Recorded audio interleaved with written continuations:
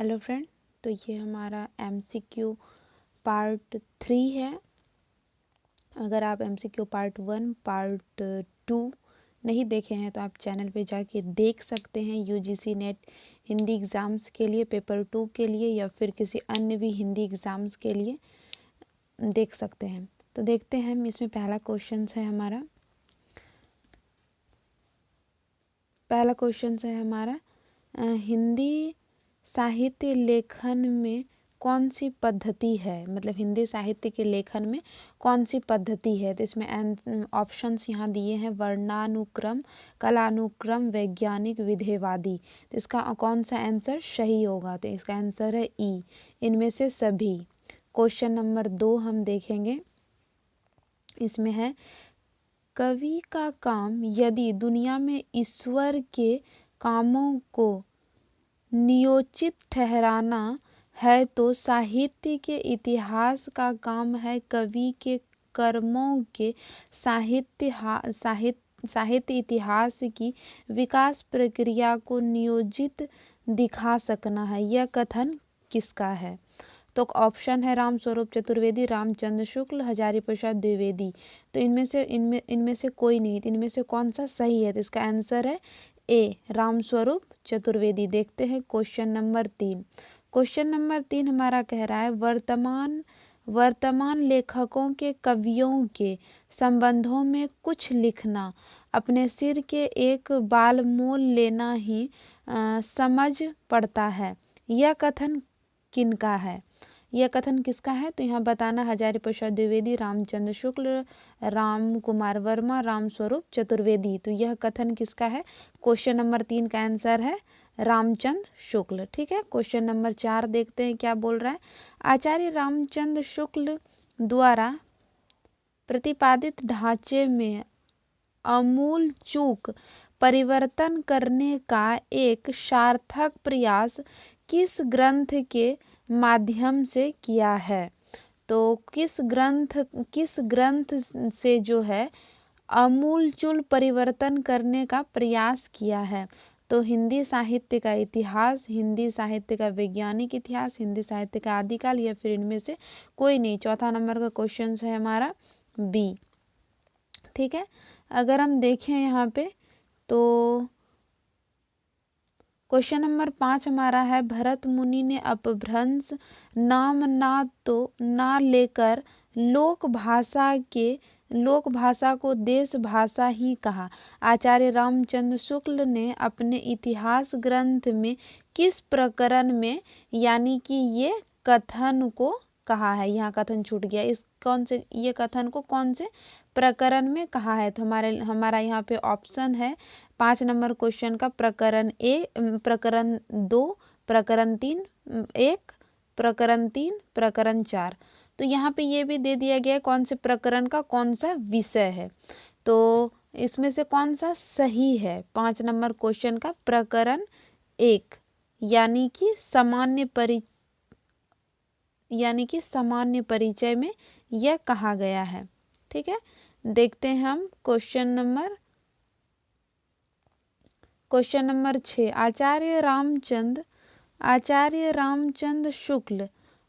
रामचंद्र शुक्ल जी ने इतिहास को कितने प्रकरण में बांटा है। यानी कि अपने इतिहास को आदिकाल को, अपने इतिहास ग्रंथों में आदिकाल को आचार्य रामचंद्र शुक्ल ने कितने प्रकरणों में बांटा है। तो इसका ऑप्शन है यहाँ पे प्रकरण 1, 2, 4 और 5। कितने प्रकरण में बांटा है। 6 नंबर का क्वेश्चन का है आंसर हमारा हो जाएगा सी, प्रकरण 4 प्रकरणों में बांटा है। ठीक है, प्रकरण 4 यानी कि 4 प्रकरणों में बांटा है। ठीक है, अगर हम क्वेश्चन नंबर देखें 7।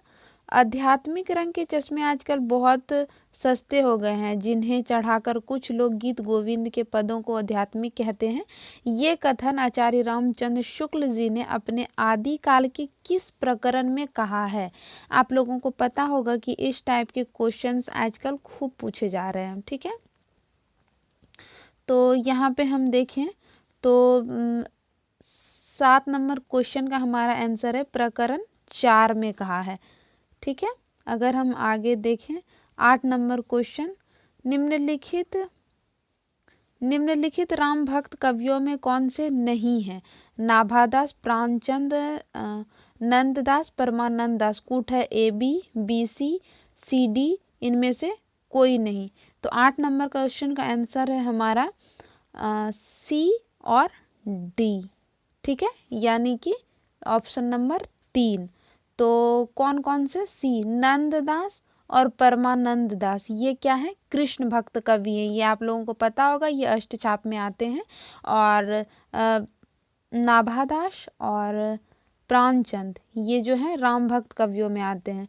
9 नंबर क्वेश्चन देखें तो पूर्णतः अद्वैतवादी संत किस कवि को कहा जाता है? तो 9 नंबर क्वेश्चन का आंसर कौन कौन से हैं, मतलब जो कि इनमें से कौन से हैं जो कि पूर्णतः अद्वैतवादी संत कहलाते हैं? तो कबीर, दादू, मल्लुक, कौन सा है?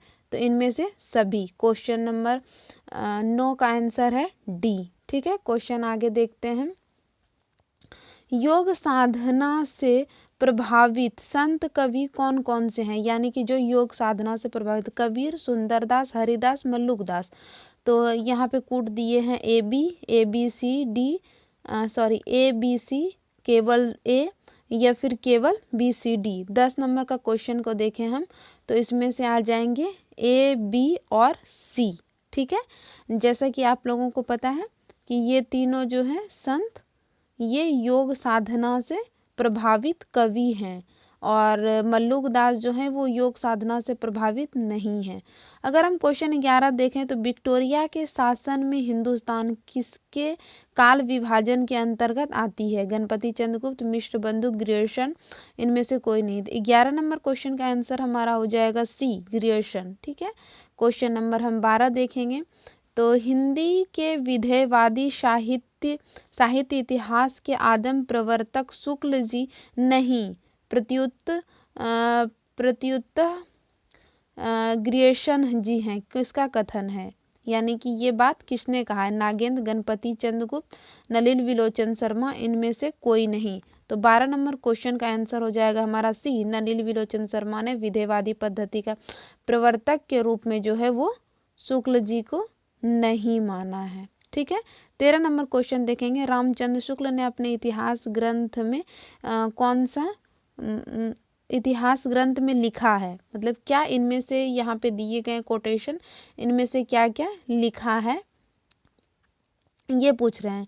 किसी काल विस्तार को लेकर ये ही पूर्व और उत्तर नाम दे 2 हिस्सों में बांट डालना ही ऐतिहासिक विभाजन नहीं कहला सकता है। ठीक है, दूसरा है इतिहास की पुस्तक में किसी कवि की पूरी क्या अधूरी आलोचना भी नहीं होती है, ये भी कहा है, ये भी कहा है। क्वेश्चन ऑप्शन नंबर 3, रीतिकाल के कवियों का परिचयात्मक विवरण मैंने मिश्र बंधु विनोद से लिया है।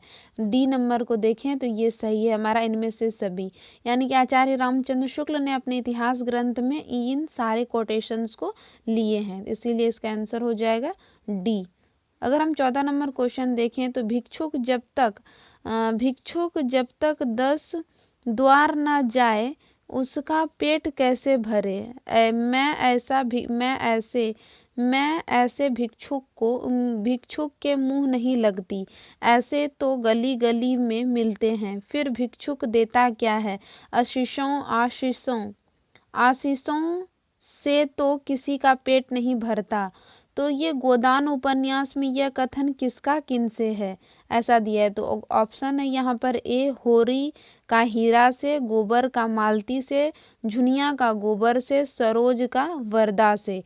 तो 14 नंबर क्वेश्चन का आंसर हो जाएगा हमारा सी, झुनिया का गोबर से। ठीक है, अगर हम यहाँ पे देखें 15 नंबर क्वेश्चन, तो वे हिंदू जाति के प्रतिनिधित्व कवि हैं। शुक्ल जी ने रीतिकाल के किस कवियों के बारे में कहा है? 15 नंबर क्वेश्चन को देखेंगे तो भूषण, केशव देव, चिंतामणि, तो इनमें से कौन सा सही है? तो आप लोग को पता है कि भूषण के बारे में यह कथन कहा है। ठीक है, 16 नंबर क्वेश्चन हम देखते हैं।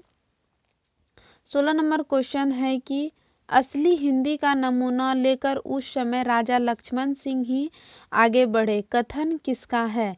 ऑप्शन नंबर ए है शुक्ल जी, बी राम कुमार वर्मा, नामवर इनमें से कोई नहीं। 16 नंबर को देखेंगे तो आचार्य रामचंद्र शुक्ल का ये कथन है कि उस समय असली हिंदी का नमूना लेकर राजा लक्ष्मण सिंह ही आगे बढ़े। ठीक है, 17 नंबर क्वेश्चन हम देखेंगे। तो जयशंकर प्रसाद ने आंसू यानी कि इसका प्रकाशन 1925 में हुआ है। कितने छंद हैं? अगर हम देखें तो इनमें से 133 छंद है, ये हमारा आंसर सही होगा। अगर हम 18 नंबर क्वेश्चन को देखें तो 18 नंबर क्वेश्चन में है किस ग्रंथ के बारे में शुक्ल ने आचार्य शुक्ल ने सामंजस्यवादी यानी कि आचार्य शुक्ल ने सामंजस्यवादी और डॉक्टर नागेंद्र ने जनवादी कहा है। ठीक है, यानी कि कौन से ग्रंथ के बारे में कहा है। ठीक है, तो यहाँ पे देखते हैं ऑप्शंस हमारे आ जाएंगे।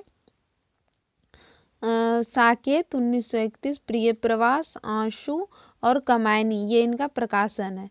तो अगर हम यहाँ देखें तो इसका कौन सा आंसर सही होगा, तो साकेत के बारे में कहा है। तो ये हमारे कुल 18 क्वेश्चन इसमें रहे और उम्मीद है आप लोगों को पार्ट MCQ पार्ट सही लगे, ठीक लगे होंगे। तो वीडियो के साथ बने रहने के लिए बहुत बहुत धन्यवाद।